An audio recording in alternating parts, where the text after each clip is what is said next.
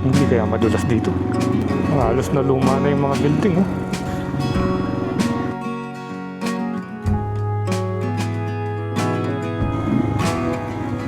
Ang party yan, dito pa na dito. Pero yung mga click kaya naman, oh.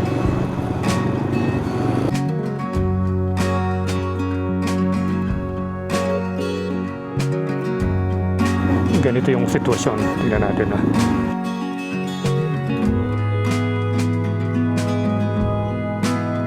San Fernando New Public Market.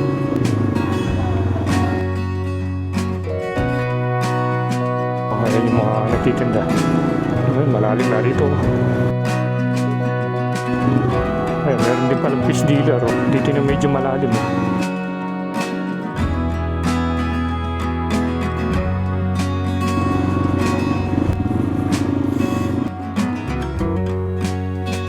Ito, madalas nating napagkakamalan na isang mosque.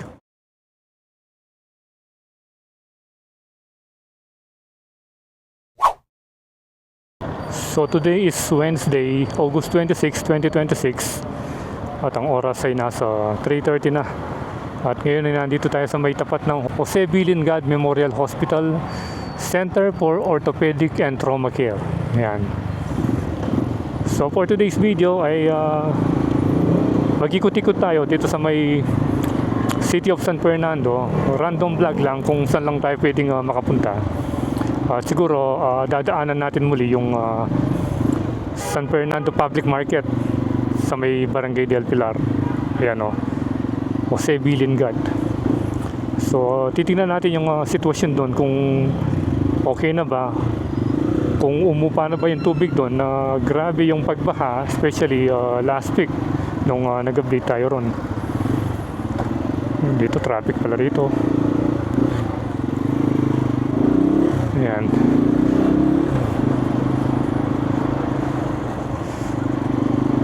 Para sa mga nagtatanong, kung tinatanong kung baha pa ba, malalaman natin ngayon dahil after nung vlog natin, ngayon pa lang tayo babalik ulit. And hopefully makuha natin ang drone shot at huwag munang umulan, although nagdidilim na yung kalangitan, para makuha na natin ng maganda. Nung huling update natin dito, hindi na tayo nakapasok, oh, nung binaha yung San Fernando, yung downtown.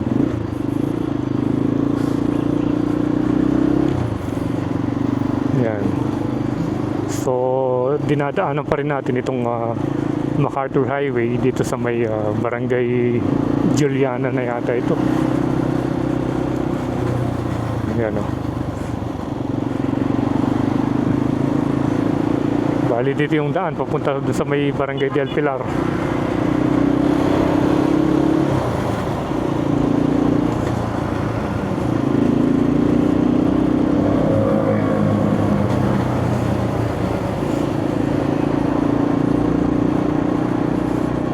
So yung makakasama pala natin ngayong araw na ito ay si Pongkan. Ayan, o. Mapapalaban na naman si Pongkan.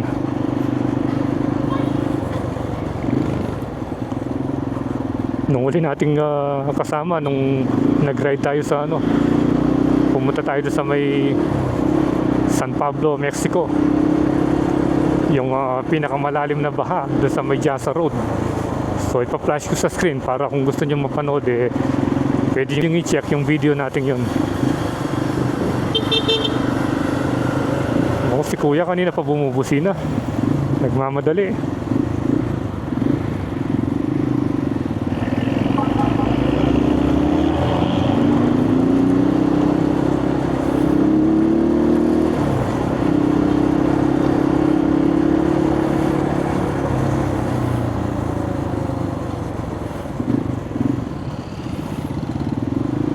Tignan natin kung meron pa pang nagtitinda doon sa tabi ng tulay. Kasi yung mga ibang vendor doon sa palengke, inilabas yung mga paninda nila, doon na lang sila nagtinda doon sa may tabi ng tulay. Kasi nga yung mga ibang namimili, hindi na kayang umabot doon dahil sobrang taas ng baha. Kaya gumawa na lang sila ng paraan para makapagtinda. Ito, madalas nating napagkakamalan na isang mosque. Ano pala ito? Museum. Ayun, Museo Toledo Privado. Yung kasing forma niya parang parang mosque. Ayan, ito yung sinasabi ko sa inyo. Nasa labas na yung mga nagtitinda. Ayan, dito pa lang meron na. Ayan, ang dami na, Dati doon banda eh. Pero dito yung mga nagtitinda ng gulay. Ayan, nakapwesto na dyan. Nung time na nakita natin kasi, doon sa paglampas ng tulay, doon pa lang sila nag-umpisang magtinda. So that means, malaki pa yung baron. So yun yung aalamin natin. Ayan, ayan yung mga nagtitinda. Usually mga prutas at gulay yung nandito. Ayan. So mataas pa rin siguro yung baha dun. Ayan, ang dami ng mga pumesto rito. Bali dito na namamalengke yung mga yung mga yung mga hindi makapunta dun sa mismong palengke. Ayan, meron din palang fish dealer. Akala ko puro mga gulay lang. Pero yung karne ng baboy parang wala tayong nakita. Isa lang yung nakita natin nagtitinda ng isda.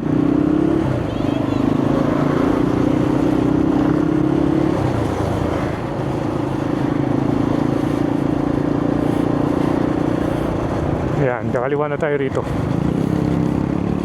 Dito sa may Tinajero del Pilar. At ito yung pangalan niya, San Fernando New Public Market. Yan na. Ito na yung baha. Yan.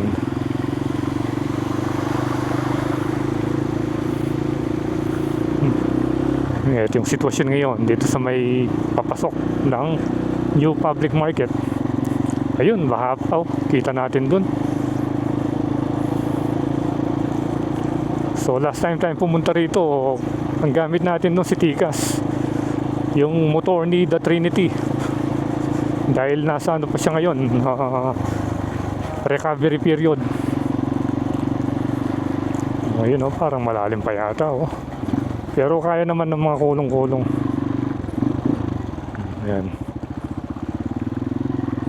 Yan, lulusong na naman tayo sa baha. Merong malalim na part yan dito, banda rito. Pero yung mga click kaya naman, yan,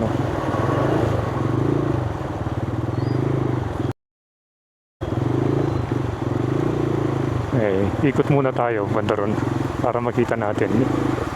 Hindi tayo nakapunta rito last time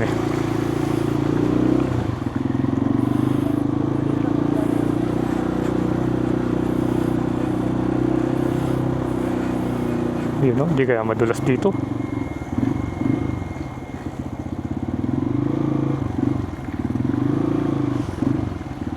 Ayan, ganito pala yung itsura. Ayan. Ayan, grabe talaga yung baha,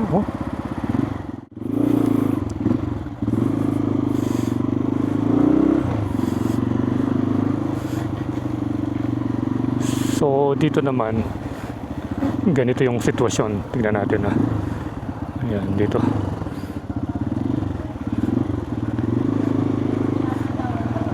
Yan,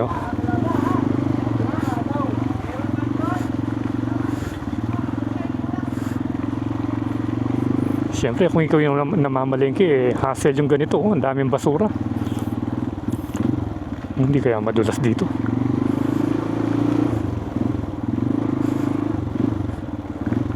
Ayun, yung mga sinasabak yung mga tuktok. Dito yung medyo malalim Yan, dito. Yan, ayun, malalim na rito. Yan,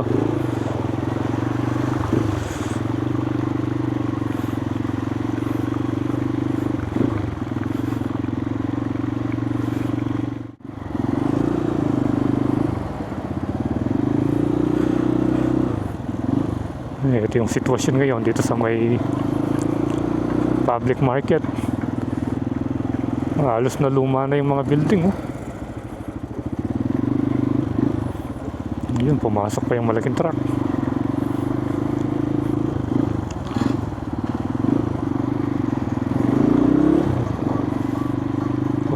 Kung mapapansin nyo, konti na lang yung taong pumapasok dito. Hindi gaya dun sa may tabi ng tulay. Marami. Ayan, dito yung mid section.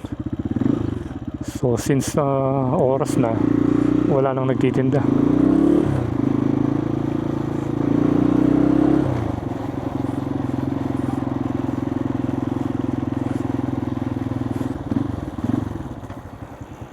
Ayan, dito mukhang malalim yung bahabad na dito.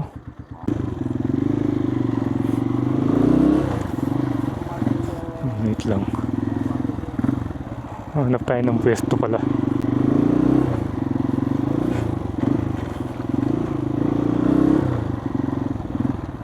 Yan dito mukhang naglumot na yung tubig rito. Mukhang madulas na. Tsaka malalim yun, dito pala yung mga CR. Ayan,